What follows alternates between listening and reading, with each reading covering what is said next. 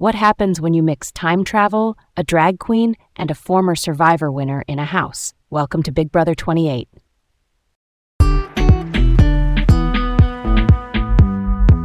Hey, I'm Garrett, feeling pumped for today's topic. And I'm Leah, super curious about what we'll uncover today. Welcome to Laid Back Learning with Leah and Garrett. Today, we're diving into Big Brother 28, the season that hit the 1000th episode milestone with a time travel twist they call Time Trip. Here's a thought I've been turning over.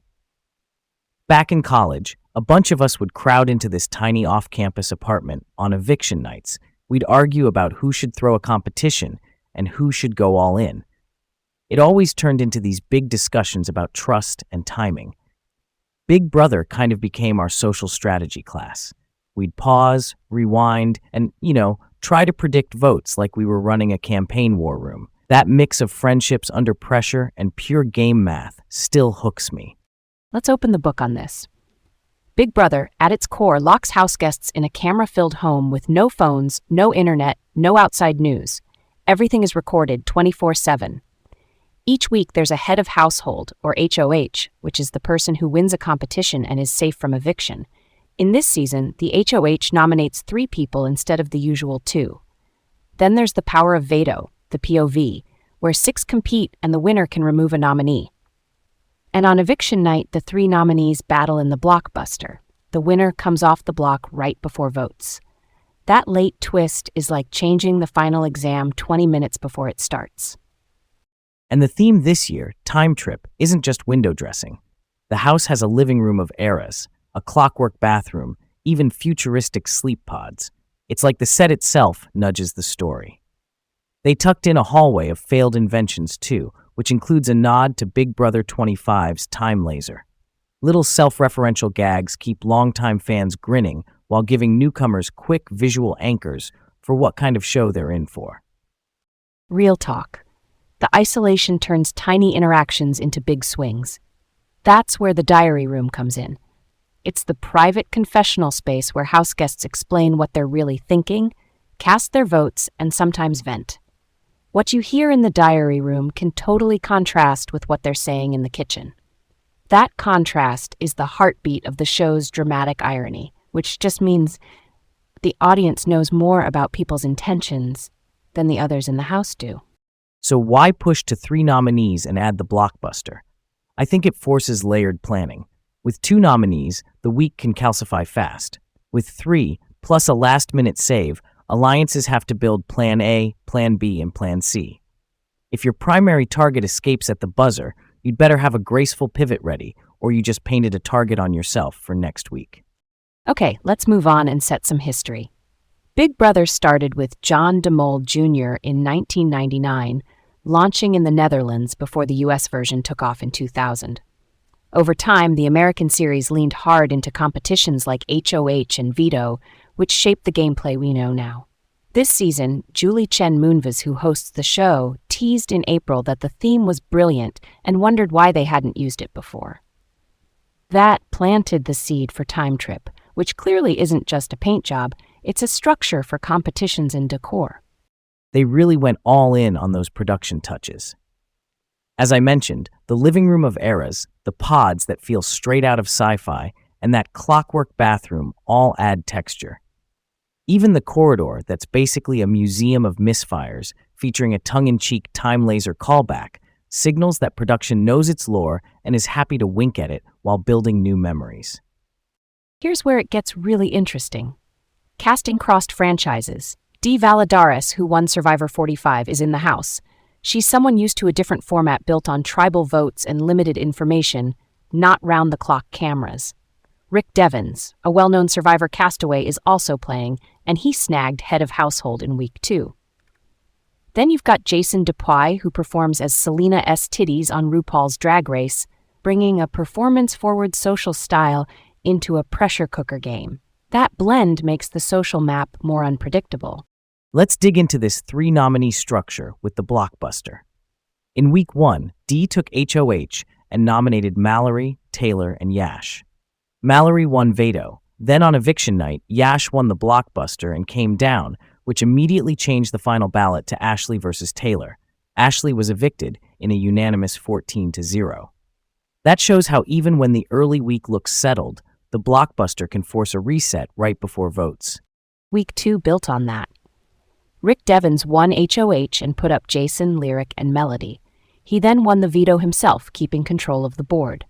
But on eviction night, Jason won the blockbuster and came down, leaving Melody and Rome as the final nominees.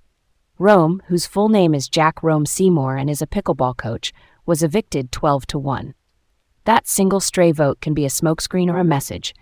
Either way, the late comp changed the decision tree again. Then week 3, Camu, an MMA fighter, took HOH and nominated Latrice, Lyric, and Mallory. Seeing repeat names like Lyric and Mallory suggests emerging tiers of vulnerability. With this format, being a frequent nominee doesn't automatically mean you're doomed, because you still have the veto and that eviction night lifeline, but it wears on social capital fast.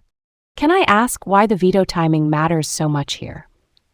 I know the POV winner can't be named as a replacement, which is protection, but why does that intersect with the blockbuster so powerfully? Yeah, totally. Think of sequencing. If the HOH uses the veto to save someone, they must name a replacement immediately, which reveals deeper target lists. But even if they lock in a trio they like, the blockbuster can pull one out at the last minute. So an aggressive veto play might backfire if the person you hope to keep on the block wins that final comp.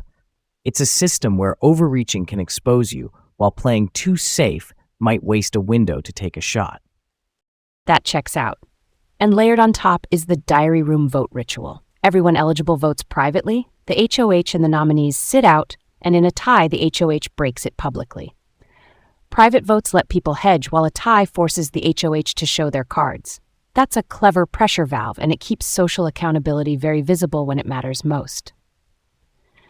We've also got a big television milestone folded in. During this season, Big Brother became the first U.S. primetime show to hit 1,000 episodes. That's massive. Milestones like that tend to echo in set touches and competition themes, which fits the time trip vibe. It turns the season into part celebration, part experiment. Distribution-wise, they widened the doors. Episodes stream on Paramount Plus and CBS On Demand, and the live feeds run on Paramount Plus and Pluto TV. For the first time, there are limited live feed windows on YouTube right after episodes. That's a big shift. YouTube's massive audience and discovery engine can pull in casual viewers who might then jump to the full-time feeds. It creates what's basically an on-ramp from bite-sized windows to the all-access stream. I like how the season blends old motifs with new knobs and dials, self-referential props, era mashups in decor, the Survivor-style instincts coming from D, and the adaptable social play you'd expect from someone like Jason from Drag Race. It still feels like Big Brother, just remixed with a time theme that touches both aesthetics and weekly mechanics. Let's dig deeper into one of the lingering questions. There was a reported contestant, Levi Banks, listed as a winery executive from North Carolina, who was said to be on the season. Later, he stated on Instagram that he withdrew before entering the house. That kind of correction spotlights how preseason cast leaks can blur the line between alternates and final picks. It makes me wonder about transparency. How much should fans trust early reporting before the official reveal? I'm kind of split. On one hand, leaks build preseason buzz. Speculation can be half the fun. On the other, when a name changes or someone withdraws late, expectations crash and people craft theories around someone who never even plays. For the players, especially alternates, it's a strange limbo. You prep your life to disappear for months, and then the door doesn't open. As a fan, I try to hold leaks loosely until CBS rolls out the official list. I get that. And leaks can tilt fan alliances before the game even starts, which can color reception inside the house once people recognize cross-franchise names. For me, the bigger question is impact. If a leak primes a certain narrative, do we miss the quieter stories from first-time players without existing fan bases? That's where I wish the final official reveals would come in a steadier stream with clear context about alternates versus confirmed players. That brings me to this. The show did lean into staggered announcements this season, expanding from an initial 14 to 17 house guests, finishing with Dee's reveal on the companion show Big Brother Unlocked. Unlocked, by the way, is a bi-weekly Friday show with hosts Taylor Hale, Derek Levasseur, and Jerry O'Connell, plus interactive fan voting. It's smart cross-promotion. But yeah, I'd love clearer labeling for alternates so fans don't mistake last-minute changes for broken promises. Switching gears just a little. In terms of pop culture weight, the 1000th episode puts Big Brother in rare air. Few shows run that long, and doing it while still tinkering with format is impressive. Add in crossovers from Survivor, American Idol, and Drag Race, and the season turns into this cultural crossover event where multiple fan communities meet under one surveillance roof. And the live feeds being on YouTube, even in small windows, is a surprise move. It lowers the barrier for sampling the real-time chaos. For a show built on how people act when they forget the cameras are there, that accessibility can spark new viewers to explore the deeper layers on Paramount Plus or Pluto TV. All right, on to the counterfactual. What if Levi Banks hadn't withdrawn and had entered the house? He wasn't coming in with the same cross-franchise profile as, say, Dee or Rick. I think that absence of a built-in fan base might help socially because he could be less of an immediate lightning rod. Early alliances often form around perceived threats or shields. Without a TV pedigree, he could have slid into a swing position between bigger targets. I see that, and I'll add another angle. With the 3-nominee setup, more names touch the block early. An extra player like Levi might have changed Week 1 or Week 2 nomination math. Maybe someone else avoids the block entirely, or the veto player draws shifts, bringing different allies into that 6-person mix. Since the blockbuster trims one nominee at the buzzer, the identity of that third name can be the hinge. If Levi had competed, the endgame ballot might have been a different pair both weeks, which means Ashley or Rome's outcomes could have changed in unpredictable ways. Do you think his presence would have affected how the House treated the Survivor players specifically? Maybe. Another non-crossover player can give the House a safer consensus target, or flip side, a neutral broker who negotiates between big-name clusters.